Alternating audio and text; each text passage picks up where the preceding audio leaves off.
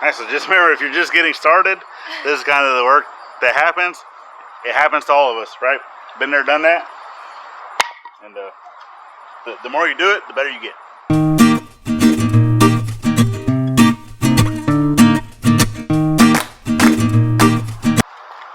Hi, hey you guys, Anson here for Knotty Kustoms. So we actually have a project that we're going to be doing today. It's really simple project. Yes, I am going to be getting to the shave horse. I do need to get that project finished. Sorry, but the kiddo is actually here and she's been wanting to do a woodworking project. And this one is super simple and it's something that I really need. Because I only have one sawhorse. That's the timber frame sawhorse. And yeah, so we're gonna go ahead and do a different style just so I have something kicking around that I can use, and I don't care if it really gets beat up or not. Alright, so kiddo, you ready to get started? Alright, so this is Beth Ann. This is my oldest. So what we're gonna be doing is we have 3 pieces here that are roughly the same length, and then I have 4 pieces that are roughly the same length. These are a little bit longer, and what we're going to do is kind of make an I-beam, like such. Okay, so now we got our little I-beam set up, and I do want to try to get this as centered as possible. So what we're going to do is we're going to create little lines on the ends to basically line up with the center of the board that's here in the middle. Alright? And then the kiddo is going to be putting in the screws. Alright? So let's go get another tool. Oh, poor baby. Okay. I got you.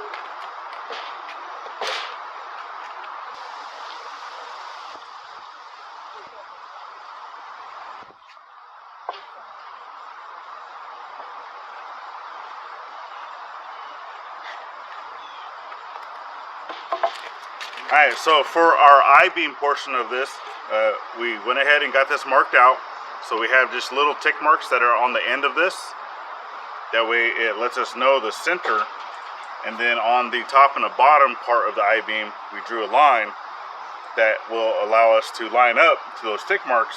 That way we can keep that center part right in the middle of our I-beam portion. Alright, so go ahead and it doesn't have to be perfectly flush, so I don't think these boards are the same length, but just try to line it up with the tick mark. Good? I think. You gotta hold it. I am trying. Keep spinning. I know that. It's gonna spin. I'm gonna do mine first. She's learning. Okay, so come hold this. Okay. Hold it tight. Uh-huh. Alright, I'm gonna make sure that I'm still on my line. I'm about 4 inches in, 5 inches roughly. Okay, so you kind of hold this with your finger and your thumb. Alright, it's gonna spin. So I'm pushing down with this hand on the drill at the same time that I'm pulling the trigger. Okay? Yeah, I didn't do that. So you want me to get it started for you? Yeah. Okay. So make sure that we're lined up. Okay. And there you go. We're still lined up. Should I still hold on to it? No, you don't have to. Once it's started, you don't have to hold it. Okay. So you want to be pressing down. There you go. Oh, jeez. Perfect. I went kind of far. That's good. Okay. Careful. I dropped it. There. I got it. Alright. Wait, how do you hold on to it so tight? I don't understand.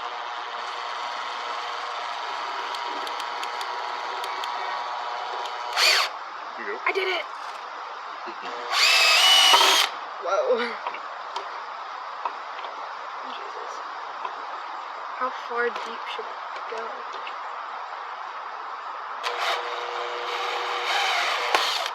A little further.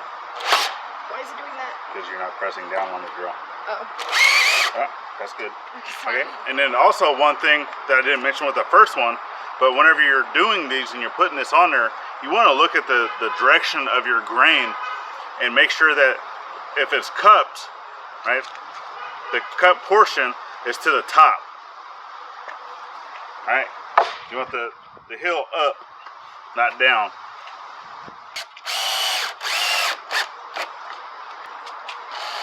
Yeah.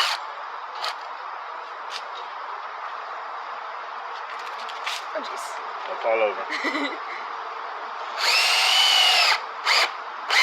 Oh, jeez. Yeah, that's good. Okay. Oh, jeez. Now, to attach the legs. Alright, so this is actually a really simple process to do, okay? But you do want them to be kind of the same. Alright, so what I'm going to do is I'm going to come in with my little square, 6 inches. Alright, so we see we have this lined up to 6. Okay, so it's hard to read, but you come in, I have lined up to 6. And what I'm going to do is off of, I'm going to go ahead and do it off the center board, because I know that these boards for that side aren't exactly the same. So if I want to trim it down later, I can do that. So what we're going to do is we're going to put the little marks like that, 6 inches in. Alright, so what I'm going to do is you come in basically to that mark I just put, okay? So if you're putting this on the inside here and it rests on this bottom lip, it automatically sets the angle for the leg that you need. Now I already know that these are long.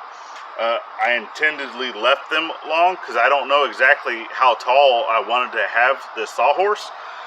Because I do have a timber frame sawhorse, only one. I still need to make another one.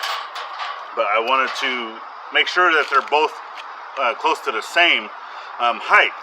So I was going to wait until after I had this installed, and then I'll go back and I'll trim it after. So 2 screws should suffice, which I completely missed my mark.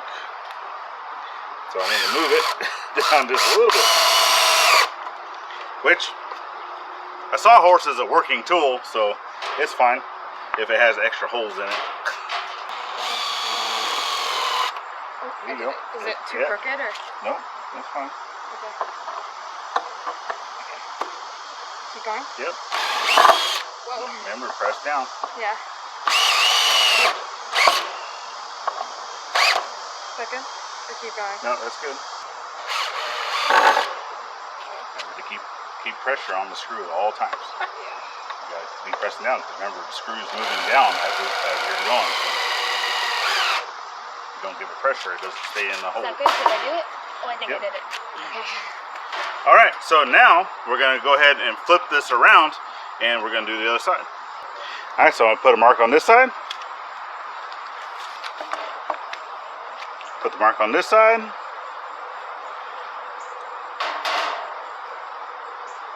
Alright, then we go ahead and put our other legs on.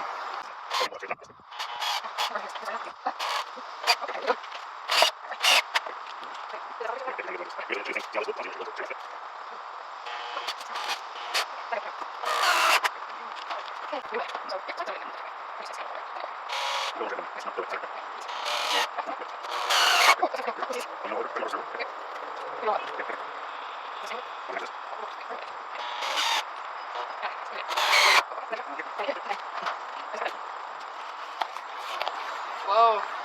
Yeah, that's a tall boy. So, yeah, like I said, I already knew that the legs are going to be way too tall. But the parts that we cut off of this, I'm going to put onto the sides for bracing. Alright, so this isn't the levelest of grounds, but what I'm going to do is I'm going to utilize the top of this to get a mark.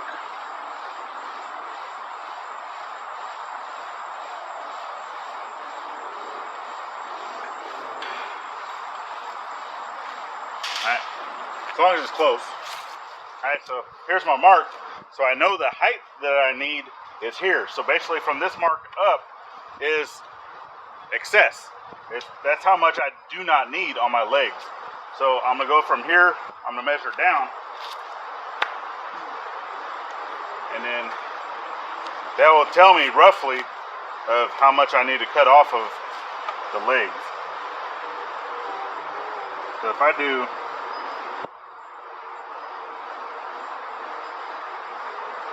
16.5 inches, where it's the roughly 42 mil, then I think we'll be good.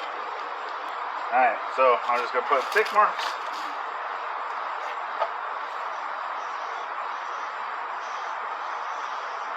Tick mark. 9. Alright. Now I'm gonna give the kiddo the option. Do you want to use a power saw or a hand saw? Hand saw. Hand saw. Alright, you heard it here, folks. See, that's why she's my kiddo. Alright. Let me hold that really quick. I'm just gonna show you how you start it. Okay.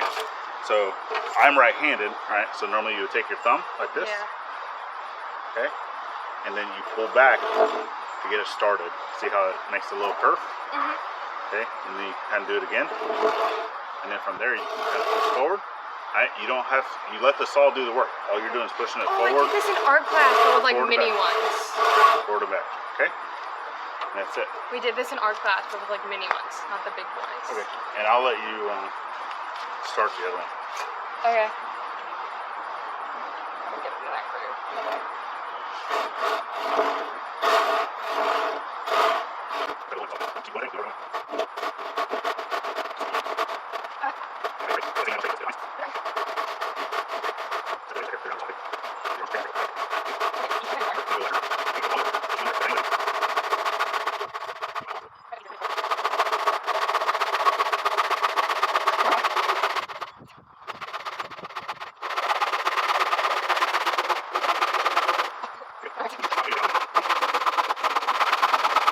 Keep going. I'm trying. I have a crack. Oh, geez. There you go. I did it! Oh, it's kind of. That's fine. I'm gonna give her just a little bit of a break. I'm right-handed, so I'm gonna be doing the other side.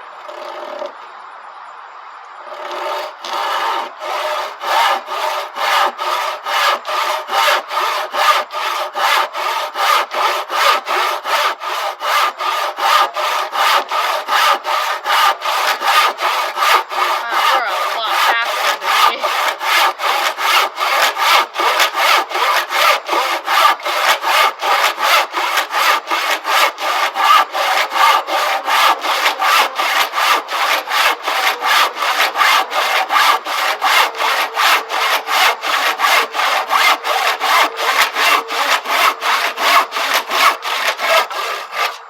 You did that very fast. Just like that. That's how it's done.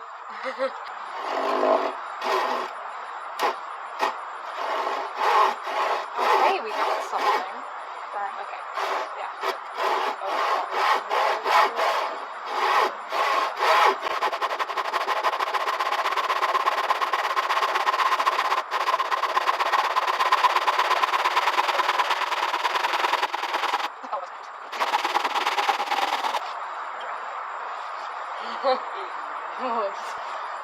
Alright, so just remember, if you're just getting started, this is kind of the work that happens. It happens to all of us, right? Been there, done that. And the more you do it, the better you get.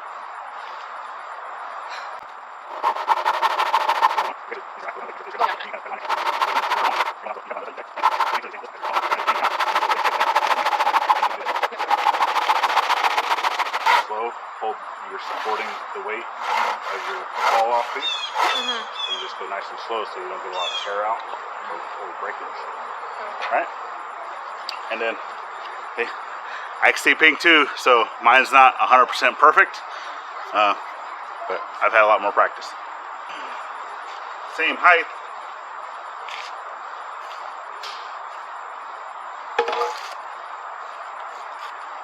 Pretty close. Looks close to me. So it's a support piece, right? So for me, I'm gonna go ahead and use the bottom corners to line up. Doesn't have to be perfect. Just kind of eyeball it on there.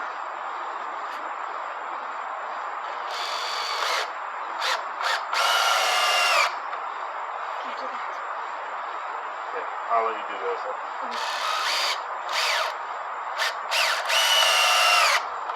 Okay, now we flip it over.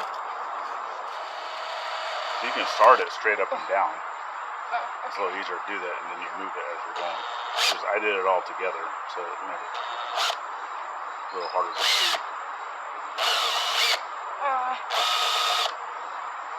don't know if that started enough. Second. I'm really bad at starting.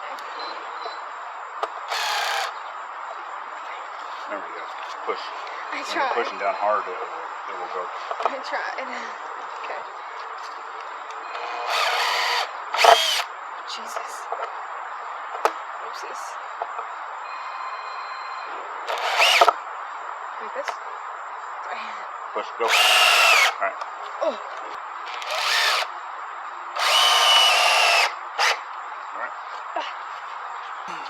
And obviously, if you wanted to do some more down on the bottom for like a little shelf or whatnot, you can always put the other scrap pieces on the inside and then put like a little shelf if you're wanting to do such things, which, hey, I think it turned out good. What do you think?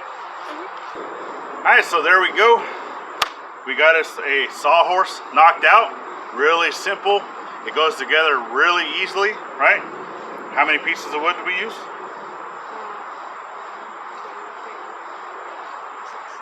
7 plus the scrap pieces. 7 basically, and then the scrap pieces that we had cut offs for that. So you can make this however big or long or anything that you're wanting. Obviously, if it's longer, you're going to have to add more support on the legs, right? But in doing that with the I-beam, you can put legs basically wherever you want, depending on however long it is. So this is really good for even if you want to do a few of these, put another bigger tabletop onto it, right? It's a really quick bench or really quick to get these knocked out. Plus, it's the first time she's ever made one of these, right? Do you think you'd be able to do this by yourself? Maybe. Yeah, I think she could. With supervision. Maybe not. I don't think you need supervision, but anyway. But anyway, we're gonna go ahead and call this one quits. This will come to some great use with some other projects we got going on. If you haven't checked out my other channel, it's Ivy's Forge and Homestead. It's actually my larger channel. Okay, and she doesn't have anything else to say. I don't have anything else to say. So we'll see you on the next one. Bye-bye now.